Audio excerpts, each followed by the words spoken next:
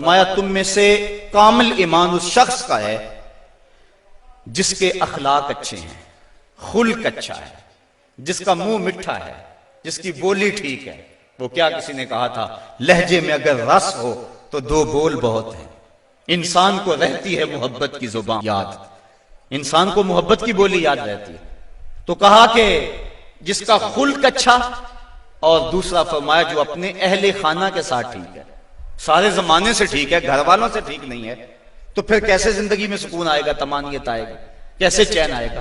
تو تم میں سے بہتر وہ ہے جو اپنے گھر والوں کے ساتھ بہتر ہے۔ تو یہ حکم دیا گیا کہ وہ اچھے انداز کے ساتھ اپنی بیوی کے ساتھ حسن سلوک کرے، اس کو جو ہے وہ مکروہ نہ جانے، اور اس کو برا نہ کہے، اس کو گالی نہ دے۔ دوسری طرف عورت کو کہا الرجال قوامون علی النساء، مرد عورتوں پر قوام ہیں، تو مرد حاکم بنایا گیا ہے، لیکن حاکم کا یہ مطلب بھی مرد نہ سمجھے کہ وہ جب چاہے عورت کو مارنا شروع کر دے، اس کو غلام سمجھے اور اس کی اہمیت ہی نہ سمجھے، بلکہ عورت کو برابر مشاورت میں شریک رکھے۔ میاں بیوی کے اندر باہم شکر رنجی ہو سکتی ہے، تو اس کے اندر جو ہے ایک فریق ناراض ہو گیا تو دوسرا راضی کر لے، دوسرا ناراض ہو گیا تو پہلا راضی کر لے۔ کس قدر گھر میں حسن آ جائے گا، جب گھر حسین ہوگا تو سارا معاشرہ حسین ہو جائے گا۔ لیکن اگر یہ جو بنیادی اکائی ہے اس میں حسن نہ ہوا تو باقی حسن کیسے ہو سکتا ہے؟ تو حاکم ہے مرد، اور جس طرح عورت کے کچھ حقوق ہیں، مرد کے بھی کچھ حقوق ہیں۔ نفلی روزہ رکھنا اگر عورت کو ہو تو وہ خامن سے پوچھ کے رکھے گی، خامد کی اجازت اور اذن کے بغیر عورت روزہ بھی نہیں رکھ سکتی، چونکہ خامد کی رضا کا حاصل کرنا عورت کے لیے بہتر نفلی عبادت ہے۔ اس لیے اگر خامد راضی نہیں ہے تو روزہ نہ رکھے، راضی ہے تو رکھ لے۔ اور فرمایا حضور علیہ السلام نے دوسری بات یہ ہے کہ وہ اس کے گھر میں جس کو وہ ناپسند کرتا ہے اس کو آنے نہ دے، اذن نہ دے۔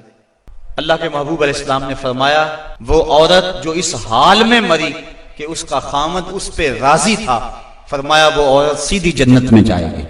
تو عورت کی جنت مرد ہے، اگر وہ مرد کو راضی کر لے گی تو جنت کی راہوں کی مسافر ہے، اور اگر وہ اپنے شوہر کو راضی نہیں کر پاتی تو اللہ کے محبوب علیہ السلام نے فرمایا میں نے کثرت کے ساتھ عورتوں کو دوزخ میں دیکھا ہے۔ عرض کی حضور کس وجہ سے؟ فرمایا ایک تو کثرت سے لعنت کرنے والی ہوتی ہیں، اور دوسرا خامد کی ناشکری کرنے والی ہوتی ہیں۔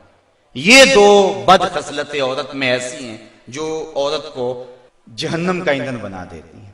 ورنہ عورت جو اپنے خامد اور شوہر کے ساتھ وفا کرتی ہے، کسی بزرگ نے کہا کہ عورت نے دو بول بولے کہ میں تیری ہوں، پھر زمانہ بدل گیا وہ نہ بدلی، اس نے وفا کی حد کر دی۔ تو وہ بزرگ کہتے ہیں جس طرح عورت نے وفا کی حد کر دی، اگر بندہ اپنے رب سے حد کر دے یوں وفا کی تو اللہ کتنا کرم اس کے اوپر فرمائے۔ اب عورت دکھ بھی سہتی ہے، تکلیفیں بھی سہتی ہے، لیکن اپنے اس قول سے نہیں پھرتی، بدلتی نہیں ہے۔ اس کی آرزو یہ ہوتی ہے اس گھر میں سرخ جوڑا پہن کے آئی تھی، سفید لباس لے کر نکلوں اس گھر سے، یہ اس کی آرزو ہوتی ہے۔ اور کسی عورت کی یہ خوش قسمتی ہے۔ تو عورت اگر اپنے خامن کو راضی رکھتی ہے تو وہ جنت کی مسافرہ ہے۔ آقا کریم نے جو آخری وصیت اپنی امت کو کی، فرمایا لوگوں میں تمہیں دو چیزوں کی وصیت کرتا ہوں، ایک الصلاۃ الصلاۃ، نماز نماز، یعنی نماز کو نہ چھوڑنا، اور دوسری وصیت یہ تھی کہ میں دو کمزوروں کے بارے میں تمہیں اللہ سے ڈراتا ہوں، ایک غلام اور دوسری تمہاری بیویاں۔ ان دو کمزوروں کے بارے تمہیں اللہ سے ڈراتا ہوں، ان پہ ظلم نہ کرنا، انہوں نے بھاگ تو جانا نہیں ہے، گھر سے نکل تو جانا نہیں ہے، تو ان پہ ظلم کرو گے تو یہ دکھی ہو جائیں گے۔